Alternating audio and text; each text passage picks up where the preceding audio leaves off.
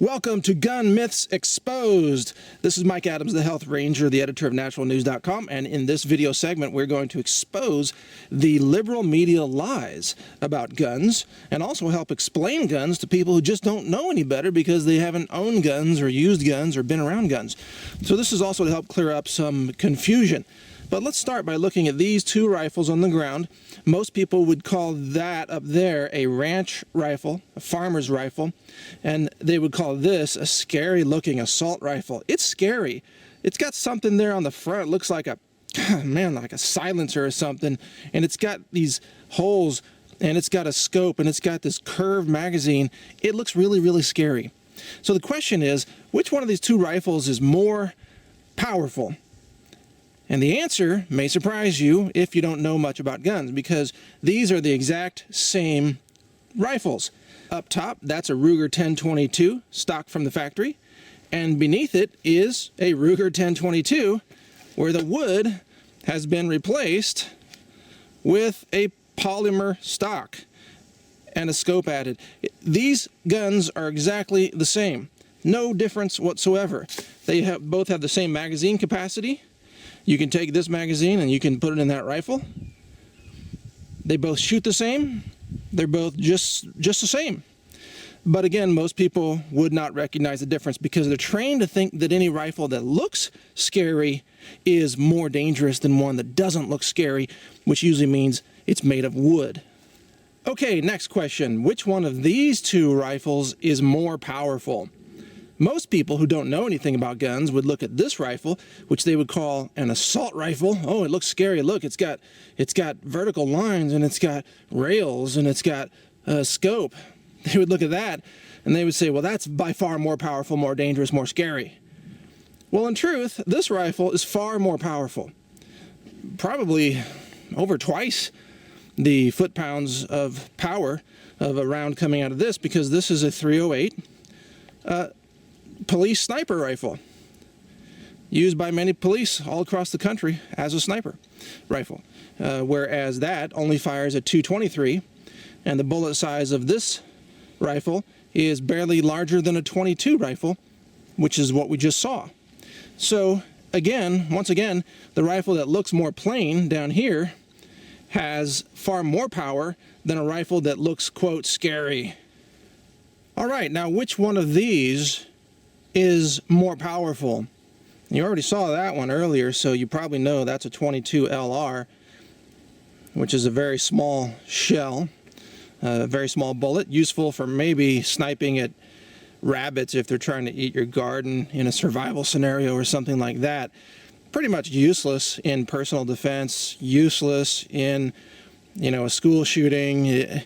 These are virtually no threat whatsoever to other people, which is why cops never carry .22 LR rifles. These are basically for target shooting and varmints on a ranch or a farm.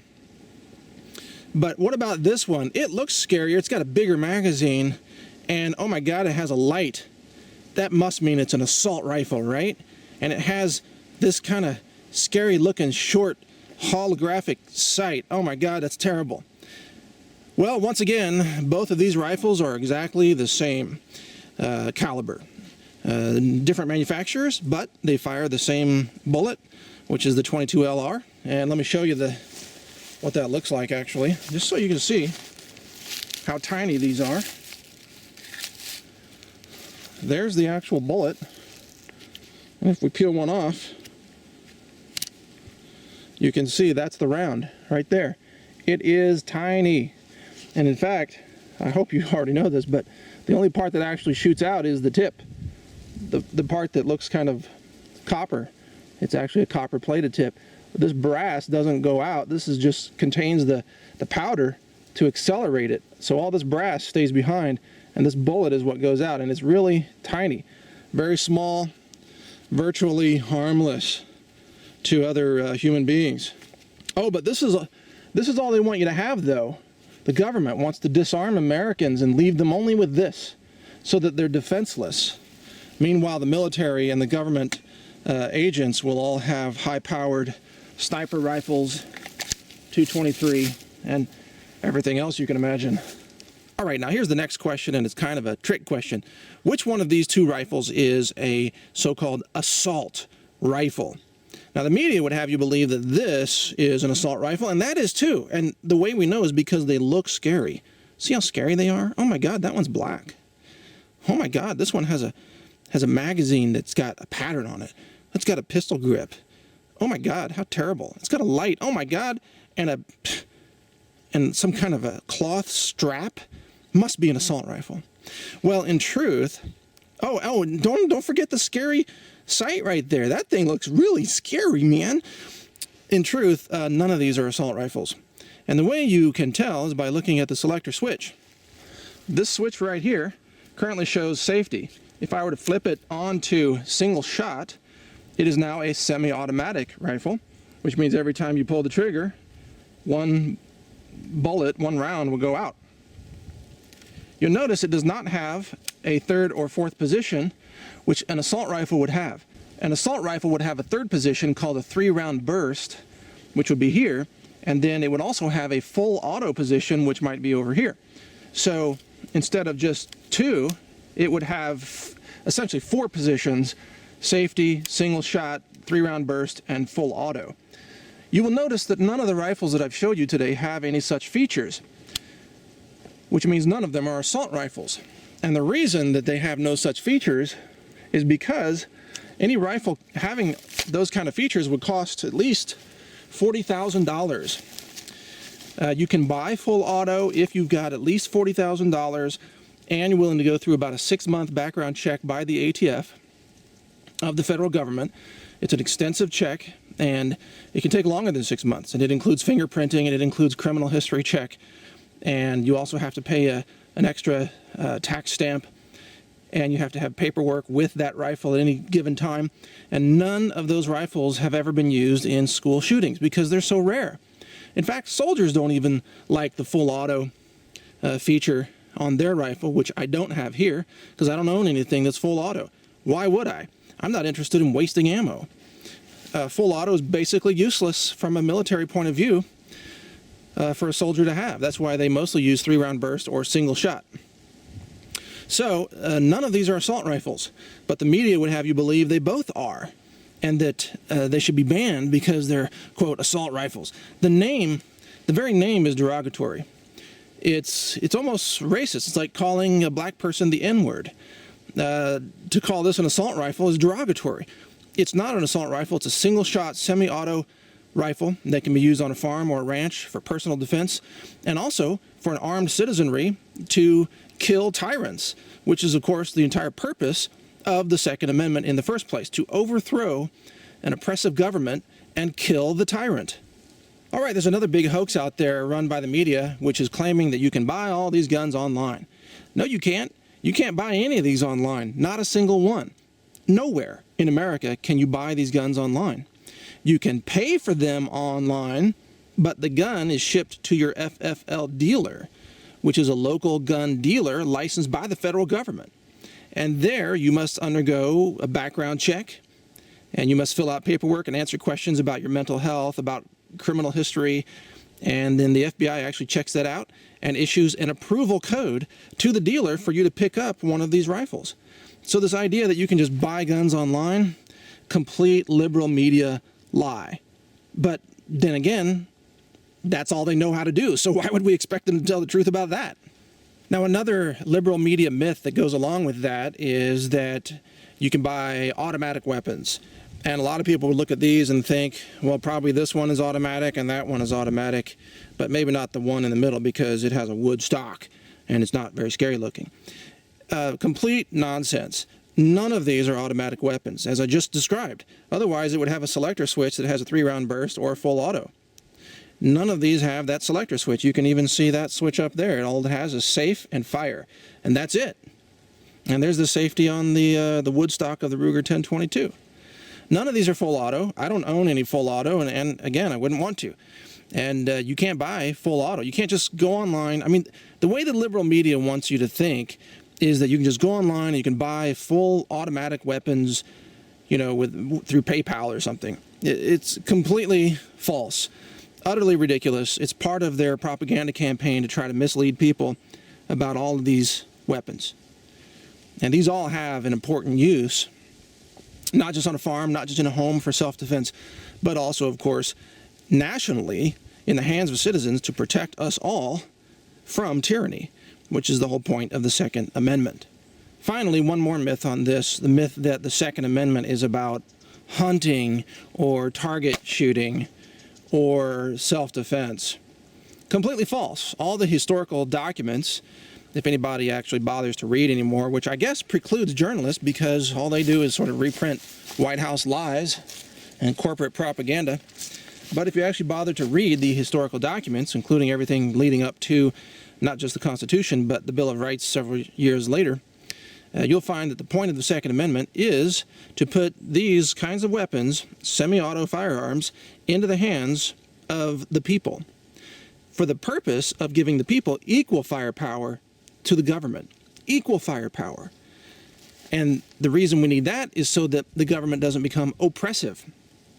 Remember, when General Howe, British General Howe, came into Boston and Philadelphia during the pre-Revolutionary War days, he disarmed the entire population. And then they began to rape, they began to steal people's homes, burn them down, they had on-site executions, they had massacres. The British Army massacred the American people, or soon-to-be American people. This was before the Declaration of Independence. But they massacred them because the people did not own the equivalent weapons of the day to these weapons right here. So the first thing the British did is to say, you can't have guns. That way we can control you, we can oppress you, we can dominate you. We can run our tyranny schemes throughout all your cities and towns along the colonial region of the time. So our founding fathers said, never again. Never again. We are going to have these weapons in the hands of citizens so that we cannot be controlled, oppressed, dominated by any government, any tyrant, foreign or domestic enemy of any kind.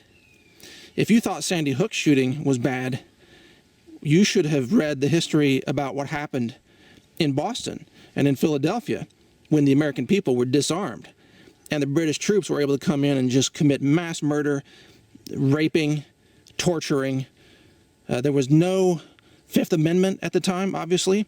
You did not have the right to remain silent. You did not have a Third Amendment right to refuse troops being quartered in your home. You did not have a First Amendment right to free speech. You did not have a Second Amendment right to keep and bear arms. And because of that, you were enslaved as a subject of the British king. And our founding fathers said, no more. Hell no. We will put arms in the hands of the people so that we can be free as a republic. Now, the last point that's important to understand here is that any person in America today who says that we should be stripped of the rights to own, possess, keep and bear, and transfer such firearms like this, that person is a criminal traitor to America and should be arrested and prosecuted. To try to banish these weapons is to try to destroy the Second Amendment. It is to be an enemy of America. And if you're a member of Congress, a member of the U.S. Senate, or the President himself, you are all sworn to protect and defend the United States Constitution, which includes the Bill of Rights. And thus, if you attempt to erode it by banishing these weapons from private ownership and possession, you are, in fact, not only violating your oath, you are advertising, announcing that you have declared war on America, on the Republic. You've declared war on the Constitution and the Bill of Rights. You are a criminal, and you should be arrested. All law-abiding citizens in America should, in fact, arrest those who call for the banning of semi-auto firearms such as this ACR here, or even that little .22, or anything, any firearms, handguns, for example. I always carry my Glock. Here it is. You've seen this on film before. I have every right to carry this because of the Second Amendment, because of what our founding fathers went through, and they were tired of tyranny, tired of being oppressed, tired of having their women raped, their children killed, murdered, massacred by the British.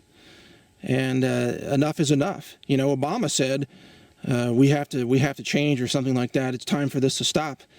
Well, that's what we said back in 1776 and 75, 74. Enough is enough. We will never again give up the right to protect ourselves, our communities, our families, our citizens. And any person, any even if they're a celebrity, some nitwit like Michael Moore, if he says you have to give these up, he is a criminal traitor to this country, and he should be arrested and prosecuted for attempting to destroy the Second Amendment and disarm the American people. And idiots like Piers Morgan, that journalist, that British subversive agent who's trying to now disarm America and take it back to its pre-revolutionary days where the British ruled America, that guy should be prosecuted for, well, he should be arrested and deported, is what should happen to him, if not something a lot more direct and to the point to make an example of him. It is unconscionable that journalists on TV can sit there and say that Americans should give up their freedoms, give up their Second Amendment. Because if you give these up, folks, what's going to happen right after that is they're going to come for your First Amendment, they're going to come for your Fourth Amendment, your Fifth Amendment. It's going to be occupation all over again. Where we are today right now is just where the colonies were in 1775. Our rights are being eroded and destroyed. The media is working against the Republic. The media has become the enemy of America. And that's why you've got to support Oath Keepers at oathkeepers.org and gunowners.org. That's Gun Owners of America, to keep us safe and protected in our firearms ownership so that we will never again be oppressed by a dictatorial government, a tyrant, or even an occupying enemy force. So that's what you really need to know about firearms and the Second Amendment. We are Americans because we have the right to own these. If we give up that right, we become slaves.